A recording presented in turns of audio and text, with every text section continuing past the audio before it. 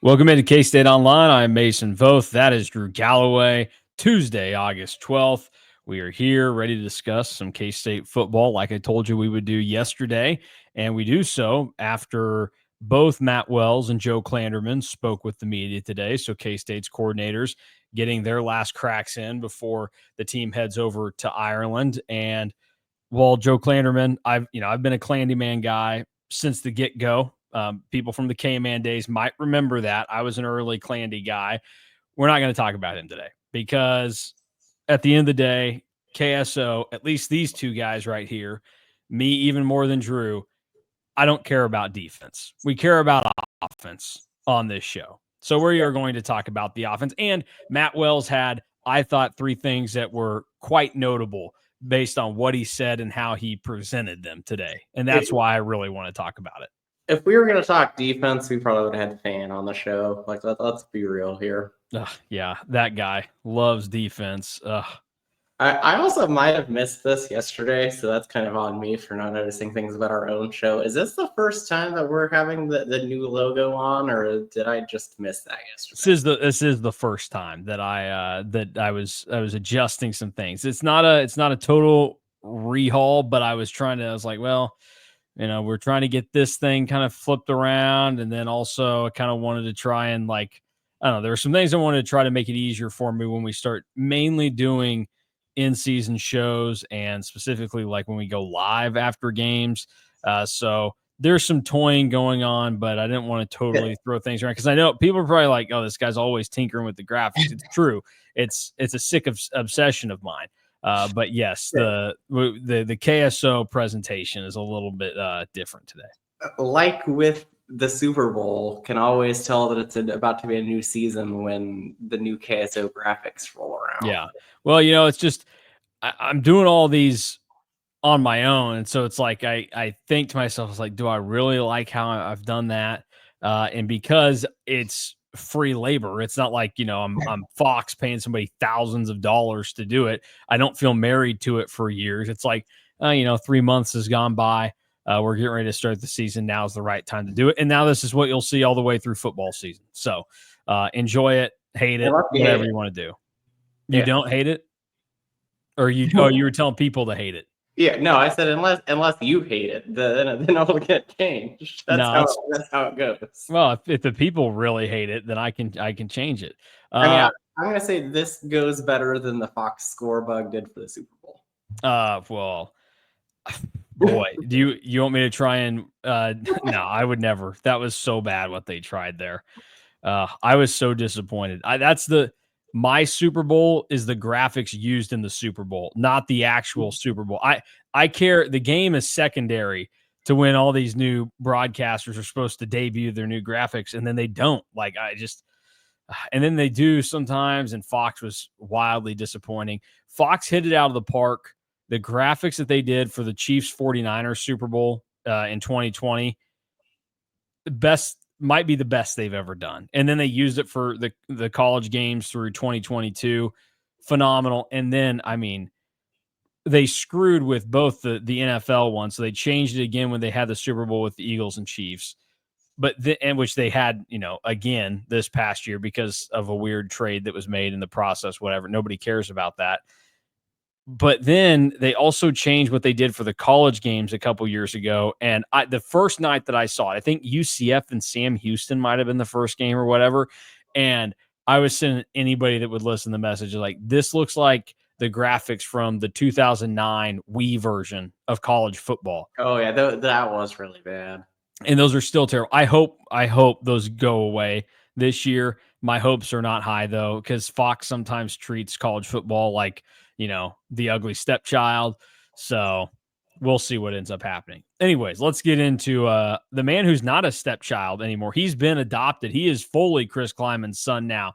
Matt Wells. He gets to call all the plays. He doesn't just have his little hand in it. No, he's got both hands fully in it. He gets to be the main man calling plays this year, and he's going to be doing it from the field. Matt Wells announced that today. It was kind of just like a little throw-in question by Mitch to say, hey, you going to be calling plays from the field or from the booth? And he said it will be from the field this season.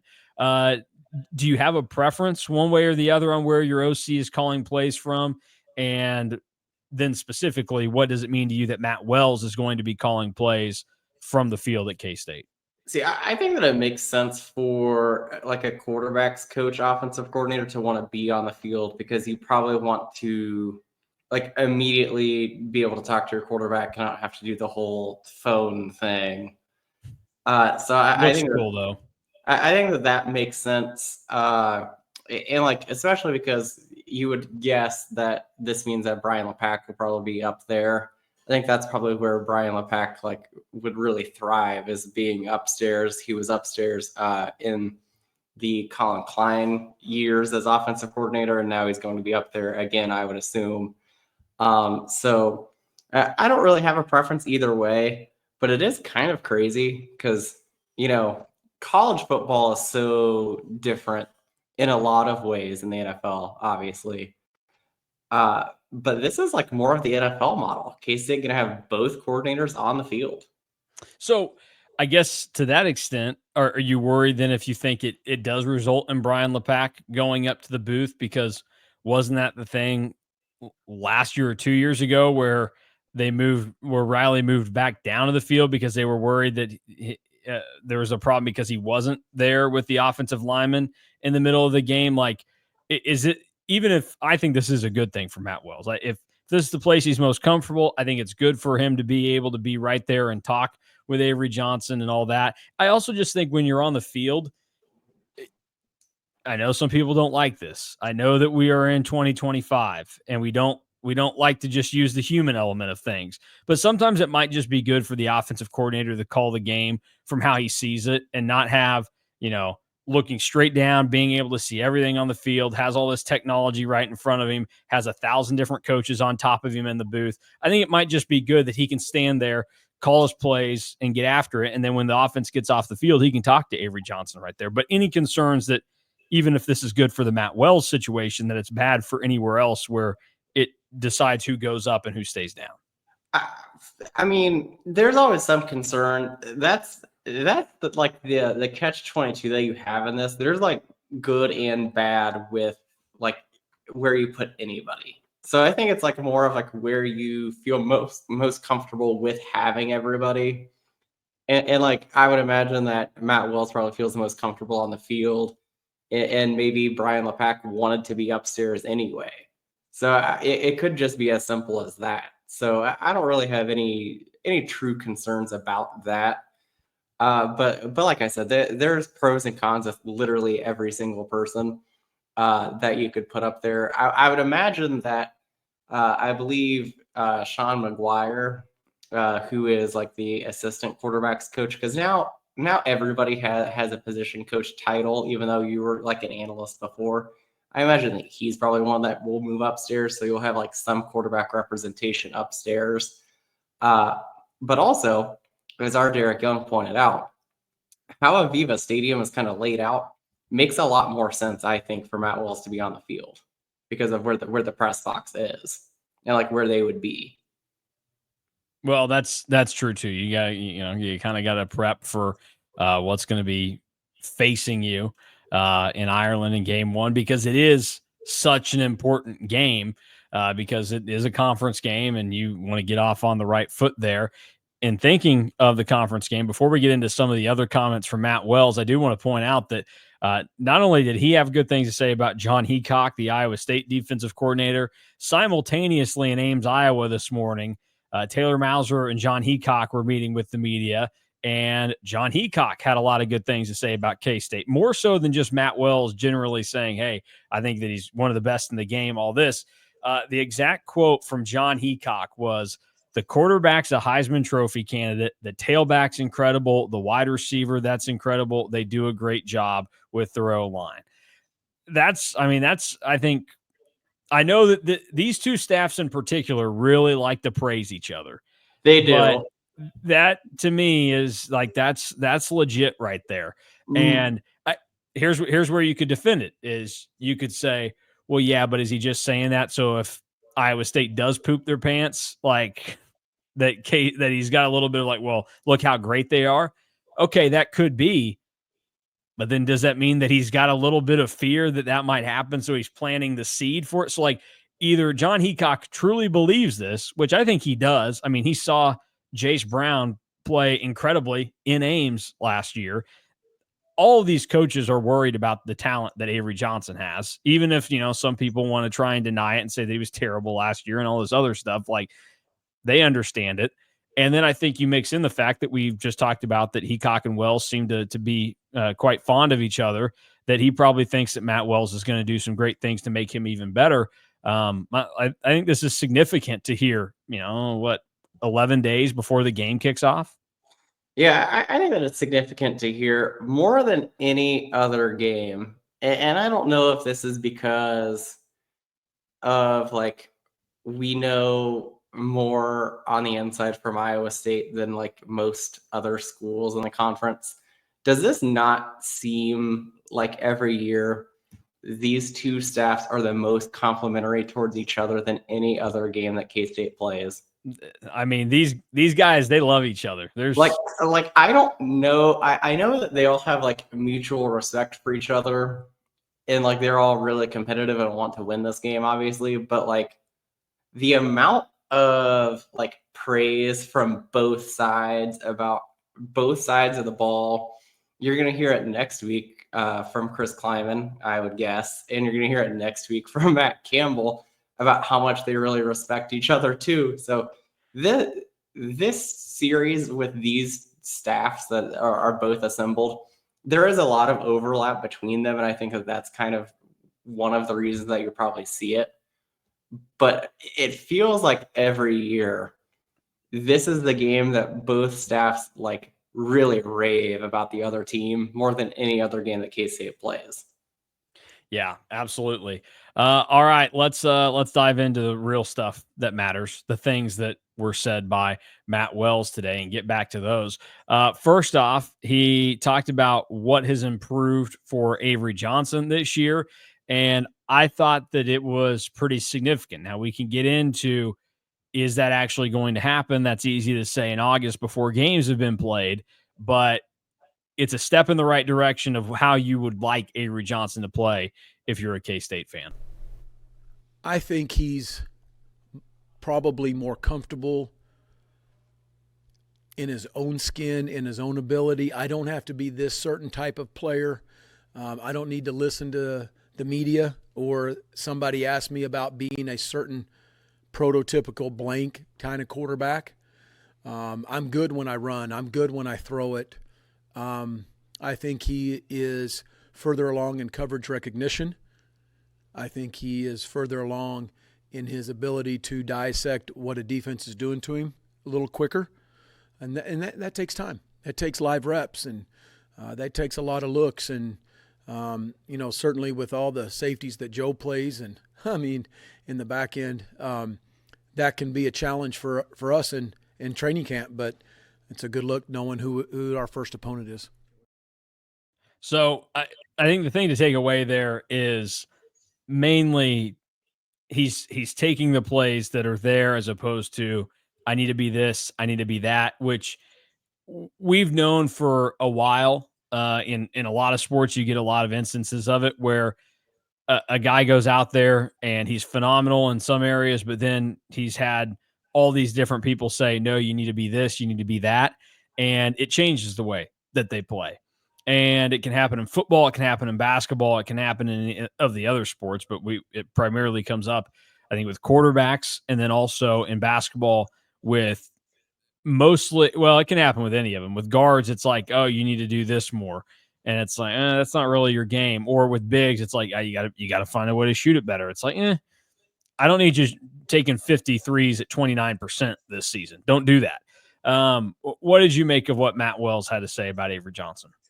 Yeah, again, people don't like to talk about the human element, but that was a very human answer from Matt Wells. Kind of just talking about there's probably a bunch of pressure on Avery Johnson, not just from himself, but also just from everybody around him, people on social media, just kind of talking about what he needs to be. And it just sounds like he's really blocked it out. Yeah. Also, And that's a good thing because you want him to play free, play fast, play however he wants to play. If he wants to rush for 1,500 yards this year, I'm not going to stop him. But if he also wants to throw for 4,000 yards this year, and I'm having some hyperbole here on purpose, but if he wants to throw for 4,000 yards this year and it really helps K-State win, I'm not going to stop him either. But also, again, when you're talking about more of like the reps and seeing the field more and just seeing what other teams are doing to him, that's not like a total surprise. This is why, again, like we've been banging this drum really for the last 2 or 3 months that, if last year is the floor for Avery Johnson, like the ceiling is going to be very, very, very high.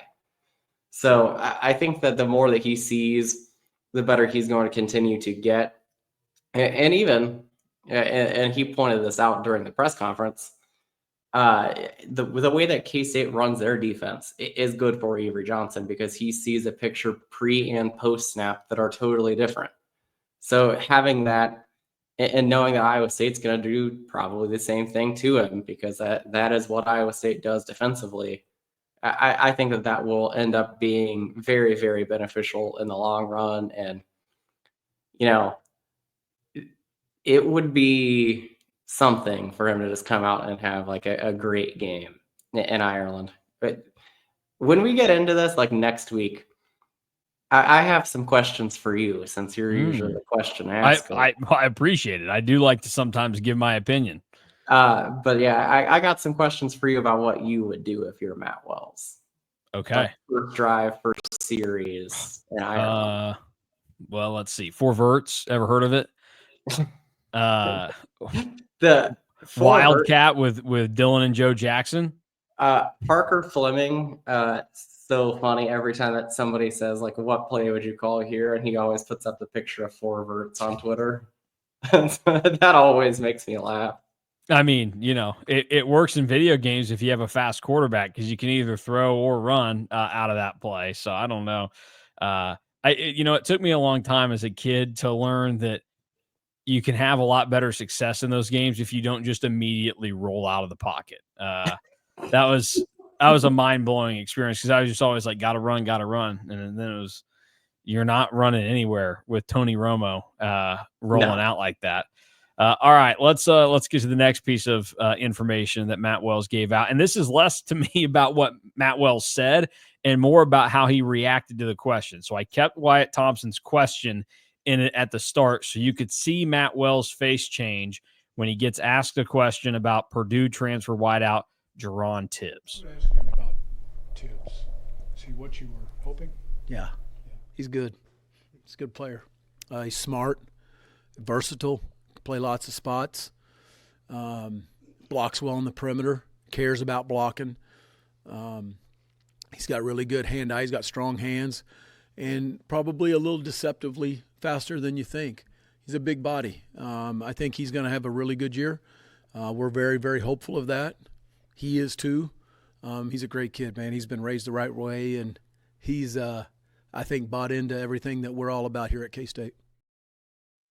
Well, what do you make there of the wry smile that Matt Wells got and the quick, confident answer of, I think he's going to be pretty good, all that?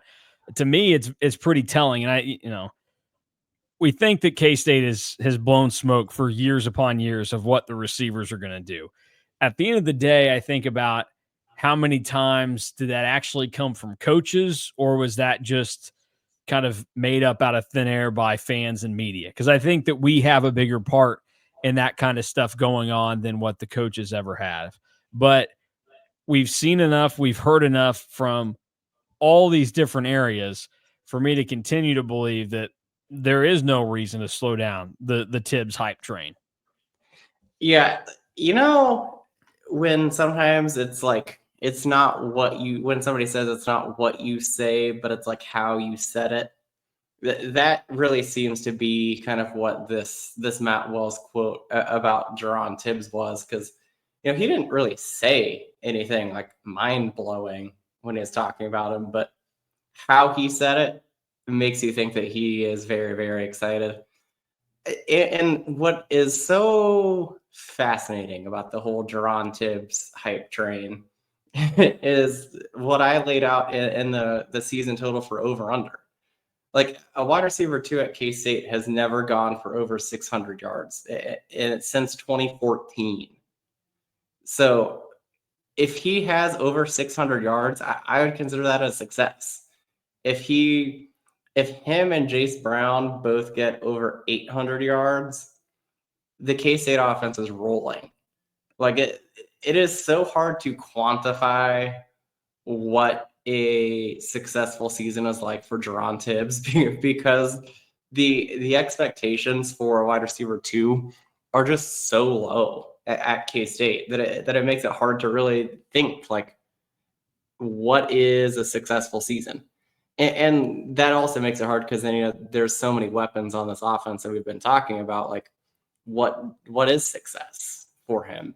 But I would say in that neighborhood of like 650-ish yards with 5 or 6 touchdowns, I would be thrilled with that for a wide receiver 2 because, we've also been the people that have been harping on that, like, Jace Brown has a legitimate shot to get to 1,000 yards this year. Like, if he doesn't, I think that would be a little bit disappointing for him because of how much he has really grown in his trajectory on where he's going.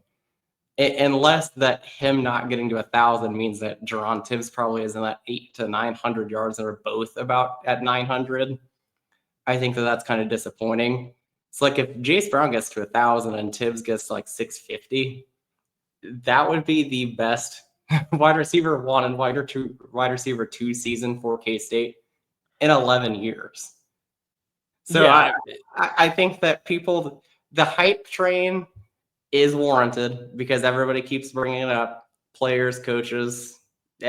When there's been open practices, I think that every single person that is at an open practice has written about that Jaron Tibbs did something crazy. But like, I don't want people to like get like upset if he only has like 650 yards because that would again be easily the best wide receiver 2 season at K-State in the last 11 years. Well, we talked about that in the over-unders that got posted today, and that's kind of what, like, I don't remember. I think I said he would go over. I think you did 650.5. I said over. I said I didn't feel great about it, but I was of the same mindset. Even if it's 600 yards, like, boy, you take that because you go and look at what K-State has had production-wise in that world, like, that's what leading receivers look like most years. I mean, 600 yards, that's 3/4 of the way to what Jace Brown did as the top receiver for K-State last year. And it probably then would include, some touchdowns. Like, we think he's going to be big and the catches that he does get are going to be significant. So, yeah, I think it's real. It doesn't mean that you're going to have 2 1,000-yard receivers and you're going back to 2014 with Lockett and Sexton, but it does mean that you've got a viable guy that actually, like, you've got 2 guys on the field that are going to scare the opponent's defense now, which was not the case the last couple of seasons. No, we're talking about, like, we're hoping that he gets like that 650 range. K-State won the Big 12 in 2022. Malik Knowles was the leading receiver with 725 yards. Oh yeah, like that'd be barely less than Knowles had in 22. And then the wide receiver 2, this is the best wide receiver 2 season that K-State has had in the last 11 years, other than the Curry Sexton year. Phillip Brooks had 587 yards in 2022. Which is crazy because I would have said that I would have thought that, like, the second receiver that would have scared me the most in 22, if I was a defense, I would have said Cade Warner, which yes. I like is why I will say, like, 2022, it got to a good spot because for what the offense needed, you had Deuce Vaughn and DJ Giddens on that team. And you also had, for a good chunk of the season, Adrian Martinez being able to run the ball himself. Like, you didn't need to be crazy when you threw the ball, but they had 3 trustworthy guys. The problem, with a guy like Phillip Brooks came the fact that the next year, Phillip Brooks should not be a number 1 receiver ever. Yeah. And didn't really have, like, Phillip Brooks was solid, but he was kind of a product of the fact that, like, Malik Knowles was the number one, and then you had Cade Warner. Like it just you didn't have to do a ton of incredible things or stuff out of the ordinary than just running some simple routes and making some catches. And you also get hampered, and you even wrote about this when Phillip Brooks was the wide receiver one at K-State. He was only 5'8". Yeah. Yeah, I've been big on size for receivers. It's not paramount. I mean, Jace Brown's 6 foot. Like that's taller than a lot of what K-State was trotting out there for the last couple of years. And so then you factor into it. We know about Jaron Bradley. Like he's massive. Jaron Tibbs is 6'2". And so now K-State's looking at this, and I don't know the last time that this would have been the thing, but the top 3 receivers on the depth chart are all going to be 6 foot or taller. And 1 6 foot, 1 6'2", 1 6'5". Like that's a big deal for K-State right now. That it gives your quarterback a little bit more margin for error with his throws because they're bigger bodies that can go do things. And not only that, but like talking about Phillip Brooks, I know it sounds crazy to some to say because he was a Big 12 wide receiver, but he was limited as an athlete compared to what I think you're getting from Jace Brown and Tibbs and certainly Bradley with, his size and what he can do with it. Now, I don't want people going crazy and thinking that Bradley's had a disappointing year if he's under 300 yards. Like he's kind of in the category with some of the other guys like Lincoln Cure, where before the season, I don't know that you can quantify what a successful year for them is. It's just going to have to be how it plays out in front of you and looks like, we can say this. Dante Cephas was a total failure last year for K-State. And there's a world in which if things turn out differently, same numbers, maybe we say it's different, but his catches were insignificant for the most part last season. I would say there's going to be Jace Brown and Jaron Tibbs are going to be your 1-2 in receiving yards. I'm not really saying anything earth-shattering there. Breaking news. But I think that you're going to see after that like a pretty big drop-off because I think there's going to be a lot of guys that are around the same yardage number. So I think that kind of is where it's really tough to quantify. Like 3 down, there could be a guy that has like 325 yards and then 3 other guys behind him that have like 290 or so. Yeah. Like 290 to 270. Yeah. I still think though, like that's better than a lot of the things that you would think of. Yes. 100%. Recently. So like, I don't think people should be disappointed in that. Like, don't get an inflated idea of what a better version of receivers looks like for K-State, but just know that it is going to be better this season, at least, in my eyes. And I think we'll see it. That's why like the raw numbers are good, but I think that context with those numbers, I think also matters. That's why I've been like so high on what Avery actually did last year, opposed to some other people. Because that was his first season starting.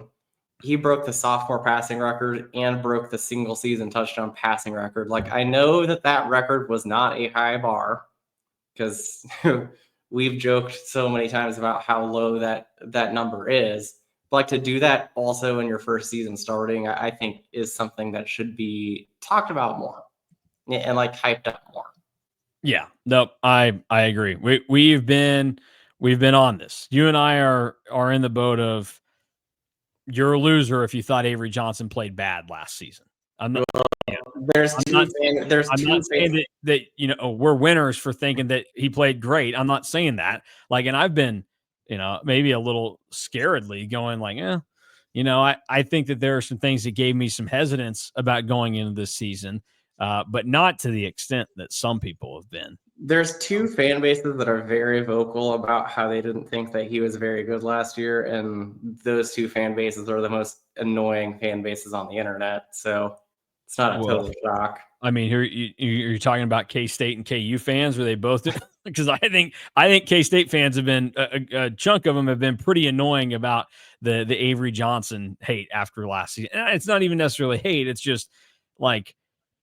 You have to be able to call yourself out when your own expectations were too high, and then they inflate or deflate the way that you look at somebody.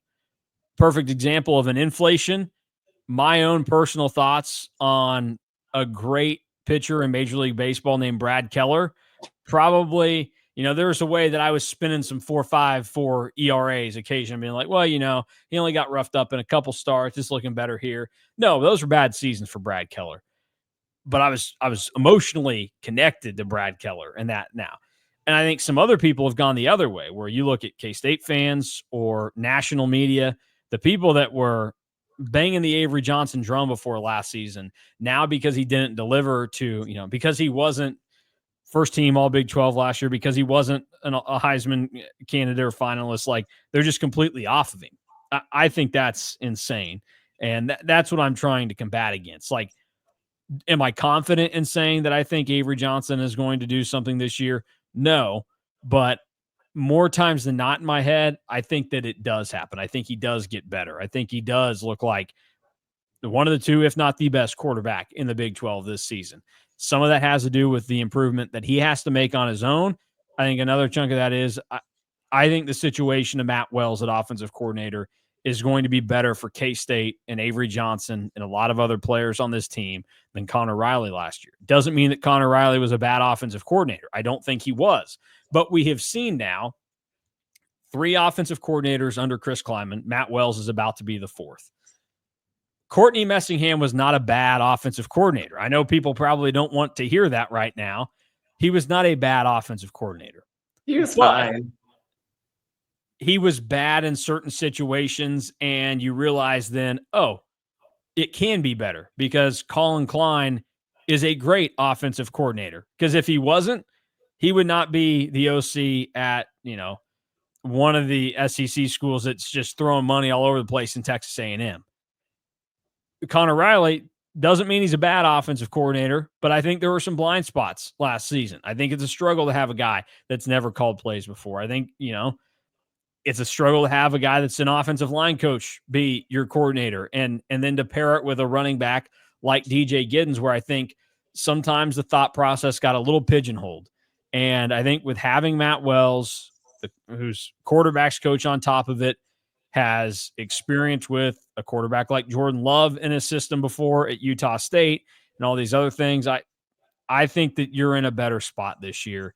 And it's just makes the process easier too. Like all these teams that don't have a quarterback's coach as their OC, they're going through a complicated game of like phone call, basically, where last year it was Connor Riley calls the play. He has to tell the play to Matt Wells, and Matt Wells has to give the play to Avery Johnson. Okay, well, that zaps a little bit of, some of that communication time in the helmet. Iowa State was doing the same thing last year. Like the play call would go out, the quarterback's coach would then feed it to Rocco Beck. Like, it's a little disjointed, and I think it's good just to have it be immediate and free-flowing right there, where it's one-to-one communication, not one-to-one-to-one.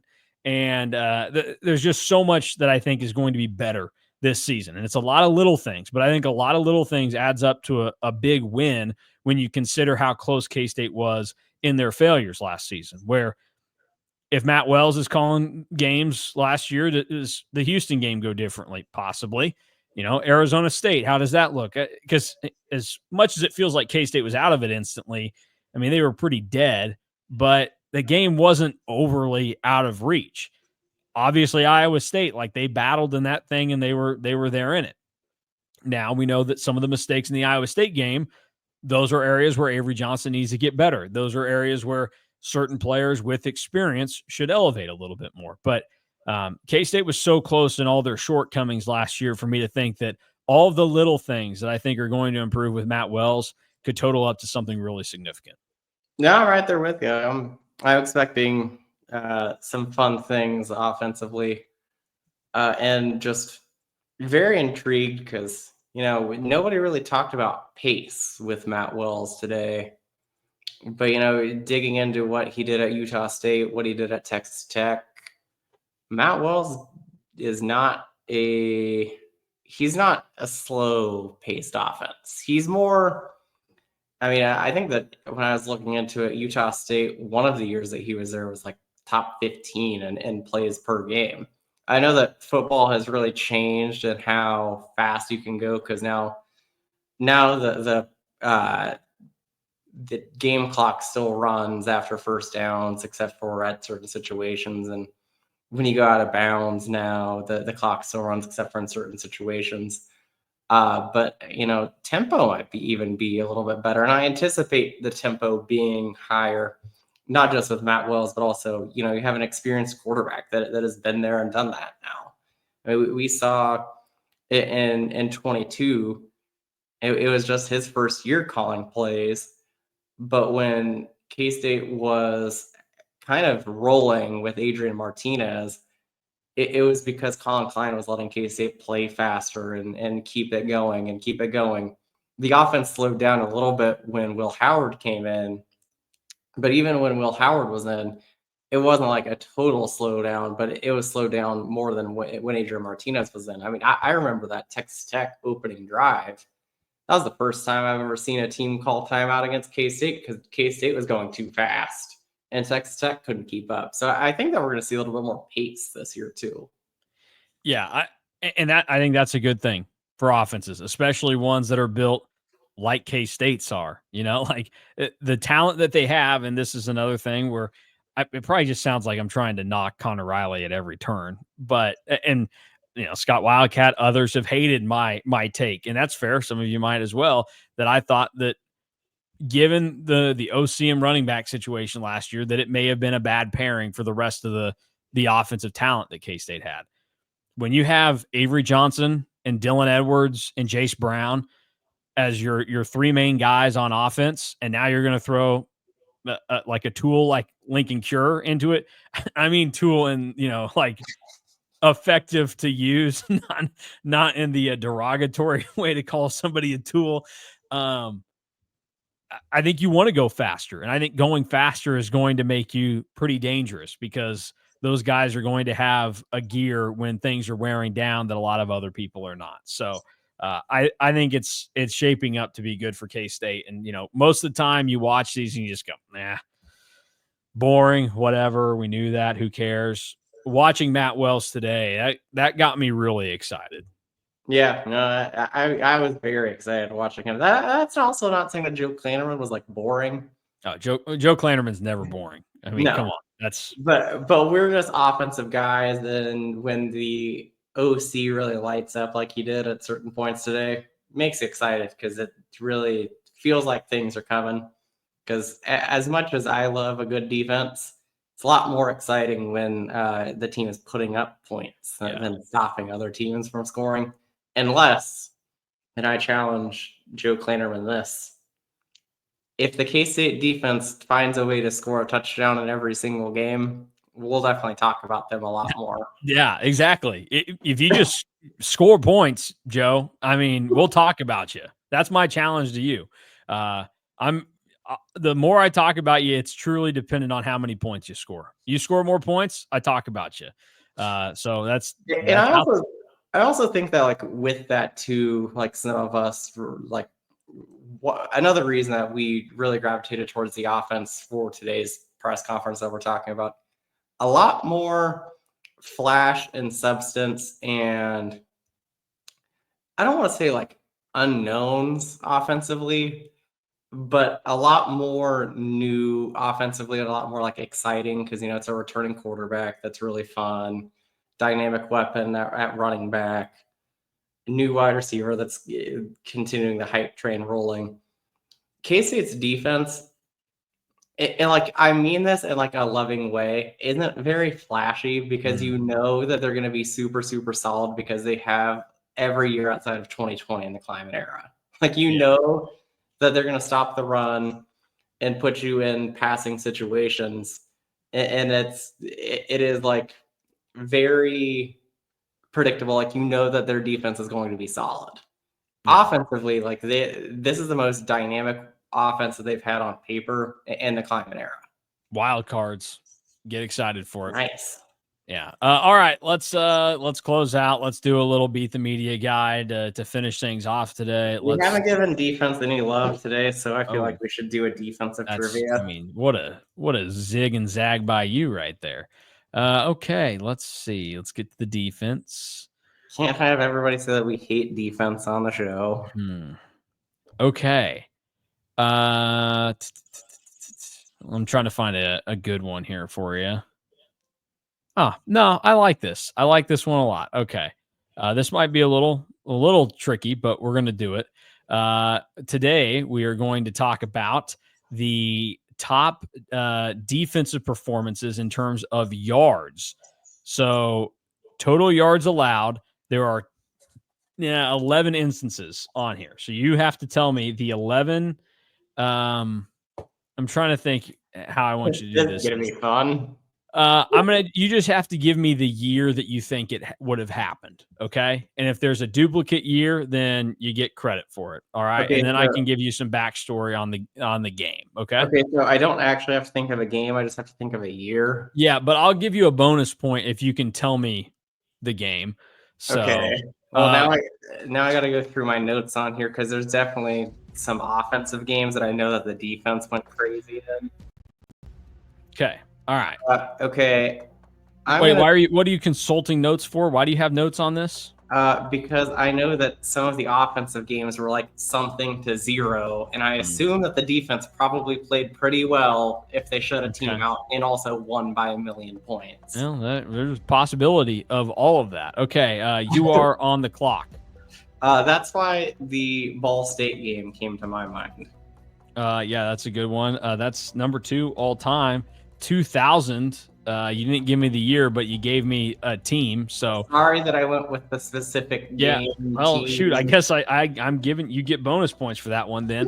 Yeah, Ball State, September 16, 2000, only 51 yards for the Cardinals in that game.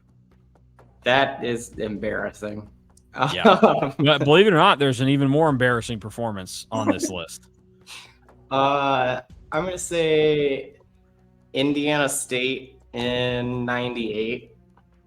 I mean, look at you go. That another bonus point for Mr. Galloway. Yes, that's 8th all time, only 87 yards for the Sycamores in 1998. How do you, if you're Ball State, how do you have less yards than Indiana State did in 1998? I mean, that is rough. It's tough. Okay, big score. So I don't know. I'm going to guess that this is on here, but I don't love it. KU and 02. Oh, no, that's wrong. Unfortunately for you. Yeah, not right. Not right. There's probably an 02 game on here though. Oof, that's another whiff. There is surprisingly not a 2002 game on here. Okay, I'm gonna say that there's probably another 1998 game on here. Okay. I don't have. You're just guessing the year? Yeah, I don't have a specific game for this one. Okay.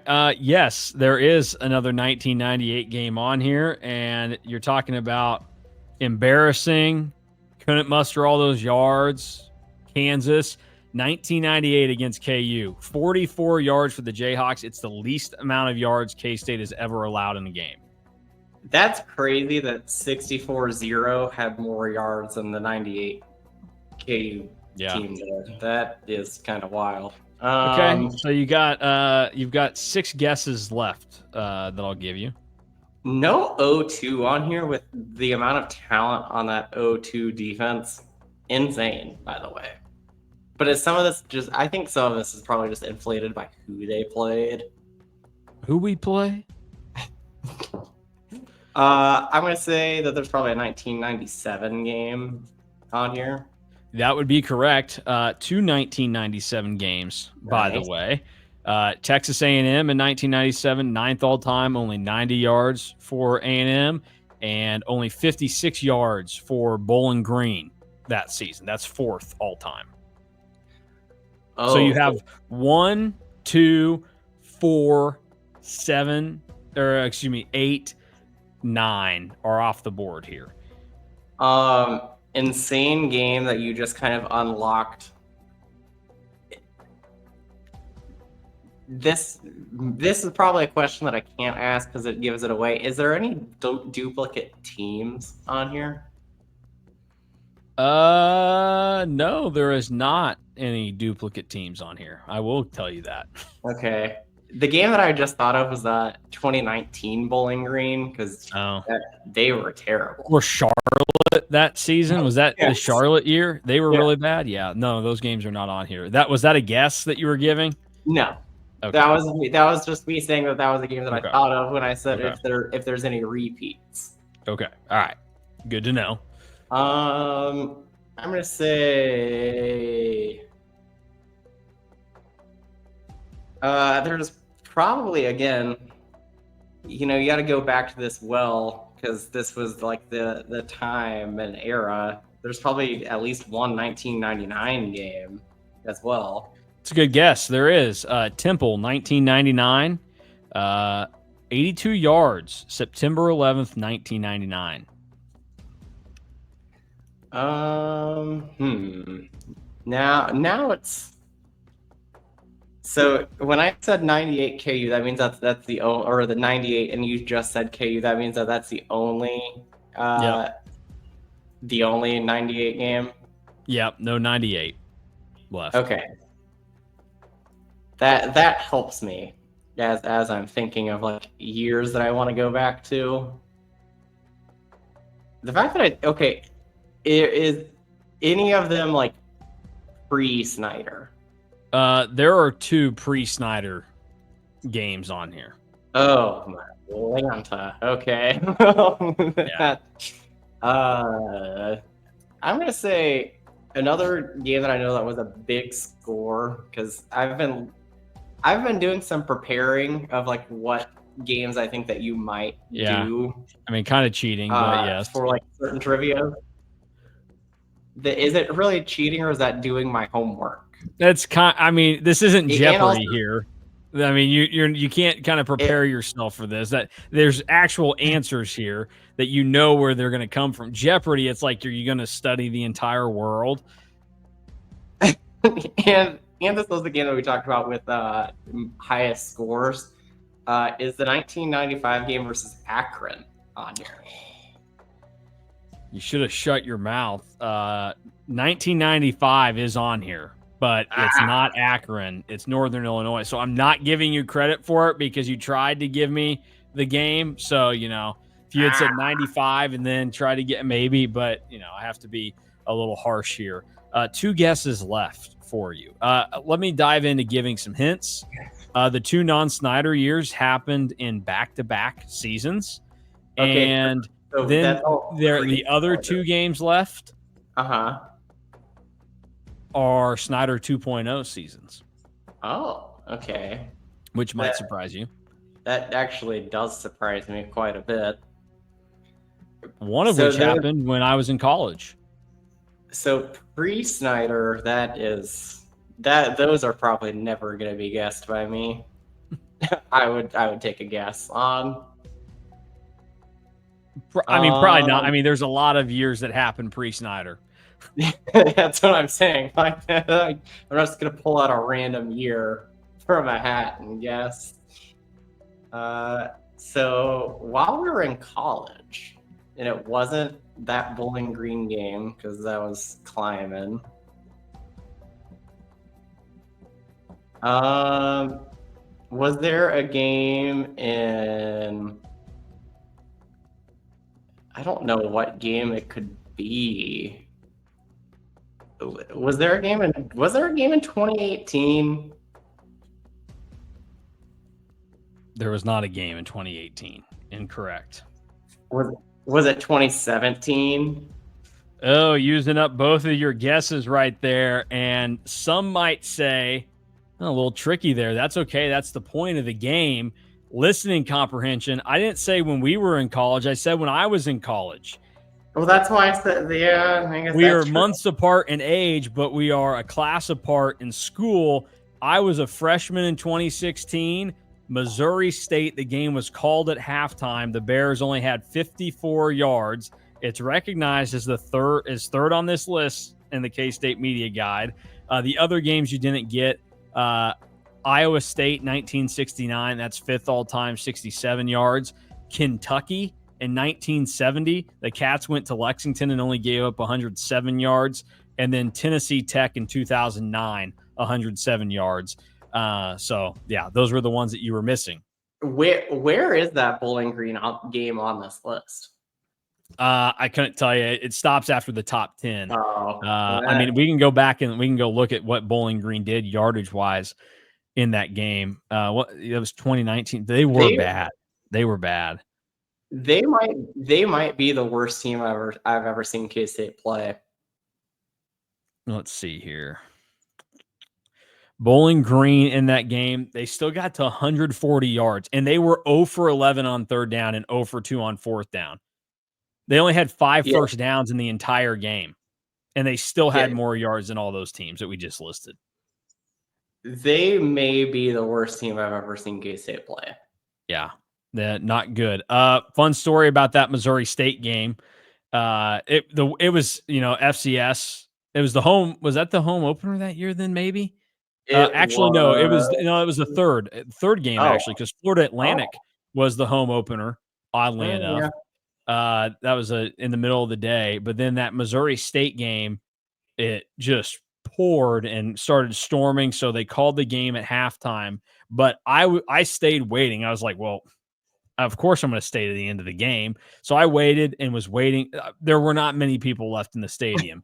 And then they finally announced like, hey, it's going to get called. So I'm soaked already. And I'm walking back to the dorms in a gnarly thunderstorm. My now wife, who I had just known for barely weeks at that point, had already walked back without me. And so I just walked back in the rain. And I mean, I was soggy by the time I got back to Goodnoe Hall. But yeah, I'll always hold a special place in my heart. Missouri State, 2016. I thought about the 2018 game that I went with, that I was like thinking of, was the absurdity that was that Texas Tech game in 18.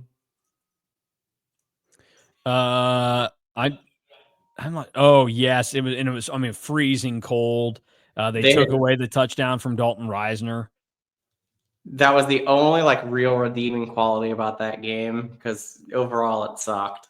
Yeah, Tech still managed 181 yards in that game. John Kurtz's quarterback king, Jet Duffy, threw for 150 yards by himself, but he had a QBR of 22 in that game. Alex Barnes had 136 yards. You want to take a guess how many carries he had? Oh, I already pulled up the game. Okay. The game log. 32 is insane and had to hurt every time he got hit in that weather. Well, he touched the ball 34 times total. Yeah, that's great. How did K-State only scored 1 touchdown in this game then? Yeah, they scored. Malik Knowles caught a touchdown. 3 that's 4 Blake Lynch field goals and a safety. Jeez, yeah. I mean, I remember it was terrible, like a terrible situation for that game. The most Bill 2.0 thing ever to score 21 points but only 1 touchdown. Yeah, that'll blow some minds in there. I'm trying to think of some other really bad teams that we're seeing. 2017 was the Charlotte game. They still ended up with 168 yards in that game. So, what about Tennessee Tech in 2009? You want to know what went down there? Yeah. Well, let's go back. Crazy thing, that's 16 years ago. Tennessee Tech actually scored in the game and still made this list. Wow. They went on it. Well, what I said, they had 107 yards in the game. 73 of them came on their scoring drive to make it 7-7 in the first quarter. And then K-State scored 42 unanswered moving forward there. Some stuff from that game. They had negative 19 rushing yards. Their leading rusher was Cedric Wilkerson with 9 yards. The guy that Dante Gay touched the ball 7 times for 4 yards. That was the guy who got the most attempts. And then Lee Sweeney, their quarterback, 11 of 18, 121 yards, 1 touchdown. So they threw for 126 yards in the game, and they lost, X amount of yardage because of sacks and whatnot. K-State that game, though, they were running all over the place. Daniel Thomas, 139 yards, 2 touchdowns. Keithan Valentine, 73 yards and a touchdown. Grant Gregory, 9 carries, 58 yards and a touchdown. And Carson Kaufman had a rushing touchdown in the game as well. Of course, I see a Braden Wilson catch in this game. Braden Wilson Can't escape that guy. was such an enigma.